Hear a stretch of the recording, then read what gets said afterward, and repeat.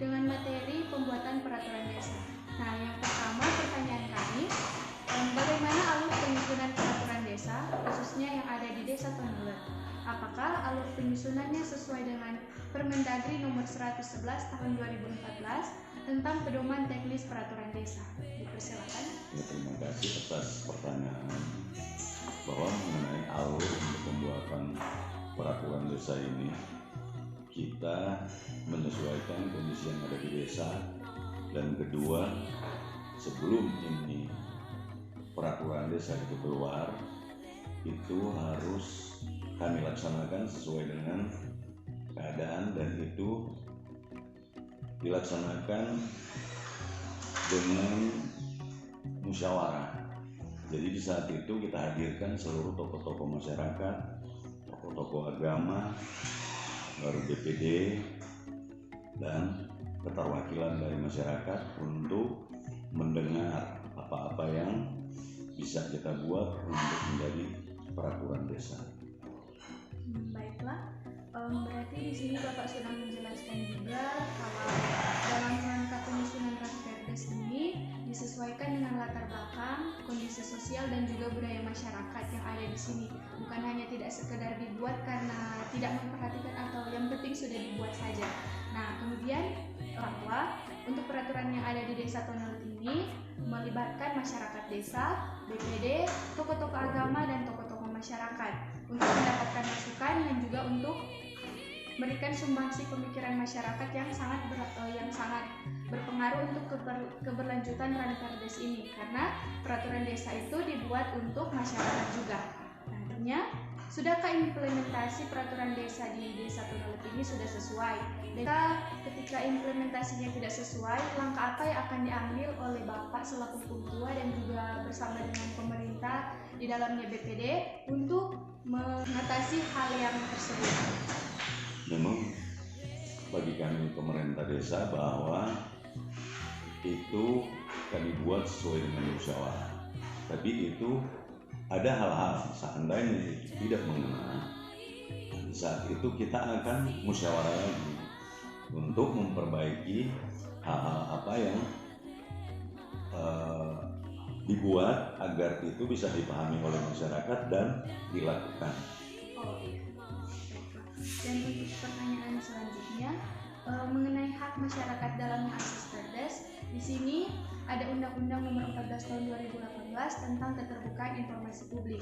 Yang kami ketahui, kami masyarakat dan lebih lagi kepada kami sebagai mahasiswa untuk dapat mengakses peraturan desa ini, karena sejauh yang kita ketahui bahwa peraturan desa itu merupakan informasi publik. Jadi jika ada orang yang ingin bertanya pasti akan dilayani, atau mesti seperti ada surat izin atau apa yang seperti saya dari mahasiswa mesti ada surat dari instansi saya, dari fakultas saya, atau memiliki keterbukaan untuk memberikan informasi tersebut. Terima kasih atas pertanyaan. Untuk masyarakat mengetahui masalahnya Perdes ini, kami selaku pemerintah desa itu terbuka, karena ini harus disosialisasikan. Jadi siapapun yang datang untuk bertanya mengenai peraturan desa itu kami terbuka. Dan saat sekarang ini itu pun kita boleh ambil source-nya seandainya ada kesibukan itu di desa itu ada perangkatnya. Jadi semua perangkat desa itu wajib mengetahui dan mensosialisasikan. Lebih khusus kalau seandainya ada yang mungkin mau ditanya, tidak boleh bertanya ke saya atau langsung ke Sekdes. Dan itu untuk peraturan desa itu memang konsumsi umum. Jadi bukan cuma segelintir orang, tapi itu konsumsi umum. Karena kalau itu tidak disebarkan, kita tahan kapan masyarakat tahu aturan. Dan peraturan desa ini juga kan memberikan pembelajaran ke masyarakat agar mereka tahu aturannya bagaimana. Dan untuk terakhir, mungkin pertanyaan ini tidak ditulis di sini, tapi lebih ke minta saran dan pendapat Bapak. Untuk kami mahasiswa di ilmu pemerintahan, bagaimana cara mengatasi ketika kami diberikan kesempatan untuk menyusun suatu peraturan yang tidak akan menguntungkan satu pihak, namun tidak juga merugikan dengan kata lain itu adil untuk semua. Di sini kan kalau dari adik-adik mahasiswa, seandainya karena saya tahu itu memang adik-adik harus mempelajari dan harus menguasai itu. Jadi sebaiknya ya kerjasama agar apa yang kita buat itu menyenangkan. Karena kalau kita tidak istilahnya cuma segelintir orang kita ambil masukan baru kita membuat suatu perdes, itu harus menyesuaikan dengan peraturan istilahnya permen, undang-undang, itu harus disesuaikan. Karena kalau kita mengambil langkah sendiri dan dia akan bertabrakan dengan undang-undang, itu sama aja bohong. Itu pasti tidak akan bisa. Bapak, terima kasih untuk waktunya Bapak. Sekian dari wawancara saya dan mohon maaf jika ada kesalahan-kesalahan kata. Pembuatan peraturan desa bersama dengan Bapak Jeffrey Ropa selaku Sekretaris BPD Desa Tondolet. Nah, selamat pagi Bapak. Terima kasih telah meluangkan waktu untuk kami. Pada saat ini kami akan mewawancarai Bapak mengenai pembuatan peraturan desa. Dan yang pertama yang ingin kami tanyakan, bagaimana alur penyusunan peraturan desa khususnya yang ada di Desa Tondolet? Apakah alur penyusunannya sesuai dengan Permendagri nomor 111 tahun 2014 tentang pedoman teknis peraturan desa? Yang pasti peraturan BPD tentang tugas dan tanggung jawab BPD di desa berdasarkan peraturan dari pemerintah. Di samping itu ketika dijaga peraturan pemerintah, tugas BPD itu menampung aspirasi masyarakat dan sumber-sumber potensi-potensi yang ada di desa, termasuk bukan cuma potensi tentang tenaga kerja, tapi sumber daya alam yang bisa digunakan, yang menjadi aset juga sebagai sumber pemasukan desa yang dikelola oleh desa, tapi itu harus diatur berdasarkan penyusunan perdes. Karena tugas BPD itu menampung aspirasi, apakah itu mulai dari tugas dan tanggung jawab pemerintah yang ada di desa berdasarkan peraturan pemerintah, dan tentang juga pendapatan dari masyarakat, termasuk sumber-sumber daya yang bisa digunakan yang menjadi potensi desa. Contohnya di Desa Tondolet dulu ada tambang pasir, galian pasir. Baru ada potensi juga yang di danau, orang yang melihara ikan di jaring, sebenarnya itu diperdeskan, baru banyak betul-betul kegiatan yang diperdeskan, potensi yang bisa menjadi pendapatan desa. Jadi bukan acuan kita adalah acuan pemerintah, termasuk rencana kita yang di bantaran sungai, galian pasir, tambang pasir, baru yang orang-orang yang melihara ikan di jaring, kalau dulu ada jaring panjang bisa dianjurkan memelihara pakai jaring apung. Nah itu pikiran dana, karena menunjukkan juga program pemerintah. Jadi memang banyak fungsi-fungsi BPD yang orang sudah laksanakan tugas tentang bagaimana, karena tugas BPD menampung aspirasi lewat musyawarah desa, dan itu diajukan kepada pemerintah desa. Dan ketika itu sama sudah disepakati pertama, akan menyusun menjadi satu perdes. Yang jelas kalau sudah di perdes pasti mesti jalan semua. Ketika dalam sosialisasi pertemuan itu akan disampaikan ke masyarakat. Karena kalau tidak mau jalan, tidak berguna tuh perdes yang diterbitkan. Tapi selama ini memang sudah dirancang-rancang seperti itu. Walaupun sudah mulai, walaupun belum 100% itu jalan, tapi orang sudah bermotivasi seperti itu. Berarti di dalam pertanyaan di sini ada tentang apakah BPD sudah menjalankan fungsi dan hak BPD dengan berdasarkan Undang-Undang Nomor 6 Tahun 2014 tentang desa. Dan tadi Bapak sudah menjelaskan jikalau BPD itu sudah menjalankan tugas berdasarkan fungsi dan haknya, jadi sudah tidak lagi perlu dipertanyakan kalau BPD di desa ini tidak menjalankan tugas atau apa. Dan mungkin pada saat penyusunan dan perealisasian rancangan desa itu memiliki banyak kendala ya Pak. Tidak serta-merta 100% yang dirancangkan itu langsung berjalan semaunya kita. Masih banyak halangan-halangan. Dan kemudian di sini mengenai Renperdes, apakah disesuaikan dengan latar belakang kondisi sosial dan juga budaya masyarakat, atau cuma hanya sekedar yang penting so buat perdes, yang penting di desa so ada peraturan desa? Jadi sebetulnya peraturan desa itu bukan cuma sebagai harus ada. Jadi kalau tugas dan tanggung jawab pemerintah pengelolaan pembangunan pemerintahan dan pembangunan di desa, biasa mesti ada kebijakan itu perdes. Tapi bukan cuma karena orang mau melaksanakan tugas dan tanggung jawab pemerintah, jadi pemerintah juga kerjasama dengan BPD, kan BPD mengusulkan, merancang, mengusulkan lewat musyawarah yang ada di desa. Jadi bukan cuma semata-mata tugas BPD, orang berapa orang, jadi mengundang masyarakat, menampung aspirasi, buat bahas. Makanya dalam program pemerintah itu ada musyawarah rencana pembangunan, jadi tahapan baru dalam penentuan. Jadi dari program rencana pemerintah itu ditentukan untuk pembangunan jangkauannya 5 tahun. Jadi dari tahun ke tahun apa ya. Itu orang kerjasama solid dengan pemerintah.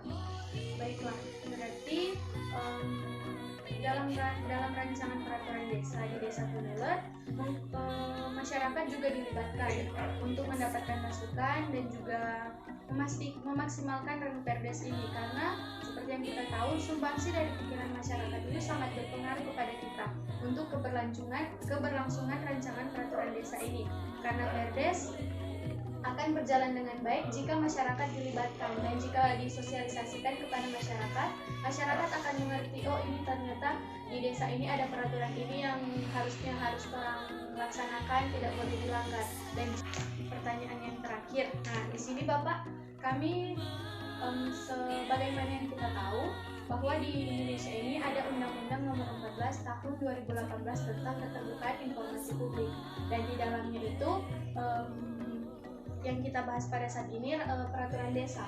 Nah, seperti yang kita tahu, peraturan desa itu pastinya adalah informasi publik, tidak bisa untuk tidak disebarluaskan. Nah, menurut Bapak di desa ini sejauh mana sih peran masyarakat dan apalagi kami sebagai mahasiswa dalam mengakses peraturan desa ini? Apakah kami harus memiliki surat izin atau memiliki hal-hal tertentu untuk dapat mengakses ini, atau ketika kami datang kepada BPD, anggota BPD, ketua maupun sekretaris, dan juga dari pemerintah yaitu hukum tua dan juga aparatnya, apakah mereka ketika kami bertanya bisakah kami mengetahui peraturan desa, apakah mereka bisa langsung memberikan atau mesti meminta izin dulu? Memang rencana waktu tahun lalu kita membuka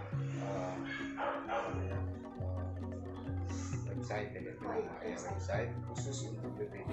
Jadi semua kegiatan BPD dan pemerintah desa diakses mulai dari kegiatan musyawarah, penentuan. Jadi tugas BPD kan tadi saya jelaskan, bukan cuma pembangunan visi.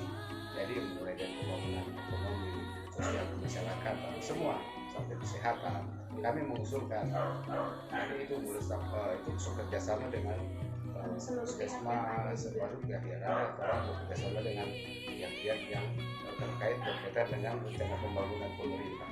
Jadi kami mengusulkan, baru diputuskan di musyawarah desa, berurut sesuai kebutuhan, dengan melibatkan masyarakat dalam musyawarah. Kedua, penentuan anggaran belanja sesuai dengan pagu anggaran dari pemerintah desa yang ditetapkan oleh pemerintah desa itu sendiri. Jadi kami mengusulkan itu, baru diputuskan di musyawarah desa, ditetapkan, itu yang orang jalankan. Baru kalau untuk mengakses tadi saya bilang, rencana terang itu akan membuka website sendiri khusus untuk desa Punelet. Jadi dia akan dapat tahu di situ, buka saja di situ, rencana dapat tahu. Jadi dari desanya, mulai dari sejarah desa, dari baru struktur pemerintahan desa, pembangunan desa, tugas dan tanggung jawab pemerintah desa, tugas BPD, itu akan diakses di situ semua. Itu sudah direncana seperti itu. Tapi mudah-mudahan mungkin realisasi. kalau untuk sumber-sumber sementara ya bisa dikunjungi siapa saja, karena orang BPD kan menampung aspirasi masyarakat, lalu orang menyampaikan, simpulkan dalam musyawarah desa. Jadi rencana pembangunan diusulkan lewat musyawarah desa. Ini usulan-usulan dari masyarakat, tinggal penyesuaian anggaran dan tepat sasaran. Karena pembangunan bisa aja itu boleh bangun, tapi belum langsung menyentuh satu dua orang. Iya. Jadi melihat dari pokok sumber. Ini kalau bikin orang memang butuh, karena memang harus digunakan. Iya. Apakah ini pembangunan fisik, pembangunan sosial kemasyarakatan, sampai kesehatan, pendidikan pun masuk di situ. Jadi orang ada karena di kelompok-kelompok. sini Iya. juga kan ada sekolah. Iya, ada Jadi sekolah. pendidikan juga termasuk di dalam peraturan desa ya. Iya. Baiklah, berarti secara umum BPD dan pemerintah di Desa Dodolet ini bekerja sama untuk mengkoordinasikan peraturan desa agar supaya peraturan desa yang ada di sini itu tidak menguntungkan satu pihak atau merugikan satu pihak, namun adil terhadap semua masyarakat, kalangan masyarakat, mau dari yang tua, muda, orang dewasa dan anak-anak itu terjangkau di dalam peraturan desa.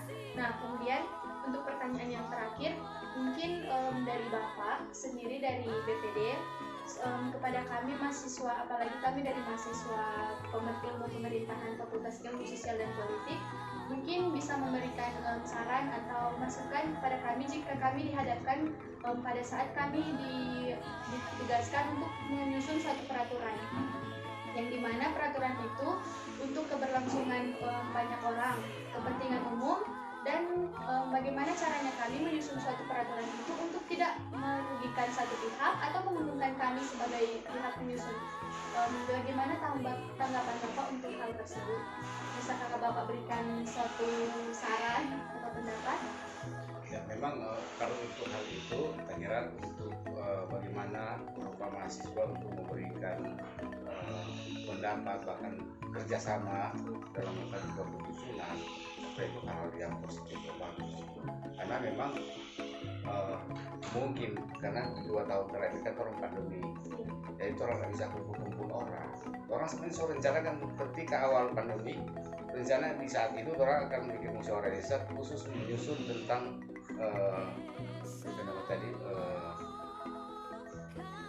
tentang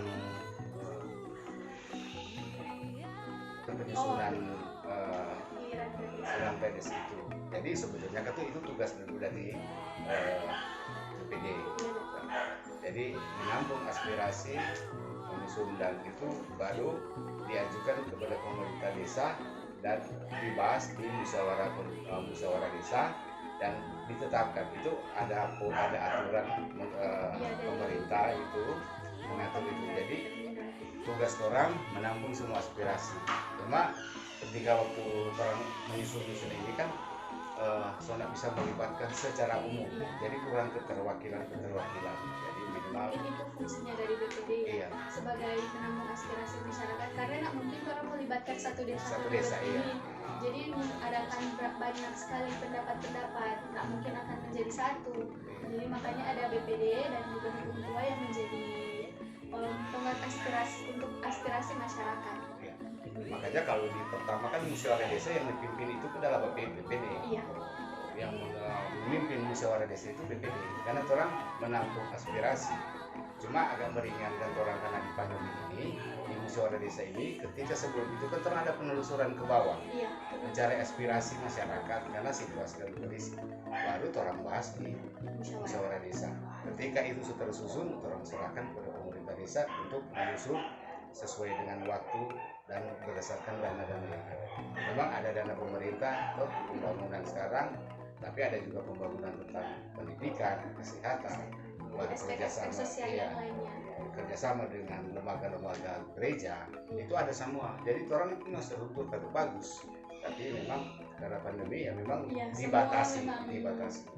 Jadi diharapkan mungkin ketika mahasiswa turun akan memberi ruang gerak yang baru, bisa lebih mengakses info-info dan bisa menyampaikan, bahkan membantu pemerintah dan BPD untuk mensosialisasikan rancangan tersebut. Baiklah, mungkin sudah cukup untuk pertanyaannya Bapak. Terima kasih untuk waktunya. Kami